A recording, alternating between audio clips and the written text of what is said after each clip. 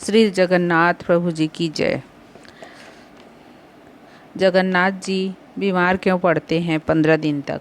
हर साल भगवान जगन्नाथ 15 दिन के लिए बीमार क्यों होते हैं? माधव दास एक सच्चा भक्त था। उसकी पत्नी की मृत्यु के बाद सच्ची भक्ति उसने अपनी पूरी जीवन उसमें लगा दी, भक्ति में, और हमेशा प्रभु की भक्ति करता रहा। अपनी पूरी जिंदगी प्रभु की भक्ति में समर्पित कर दी।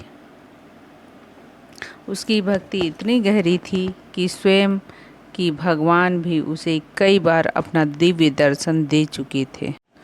एक दिन अचानक माधव दास बीमार पड़ गए।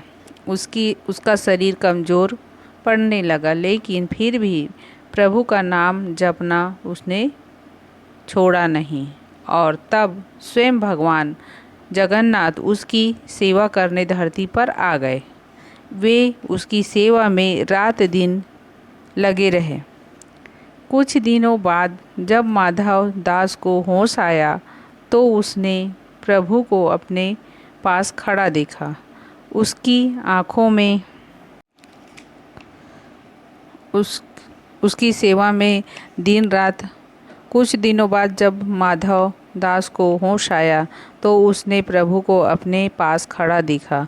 उसकी आँखों में अश्रु छलक गए।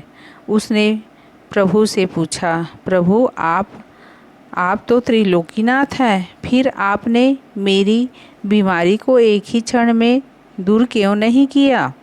आपको मेरी सेवा नहीं करनी पड़ती।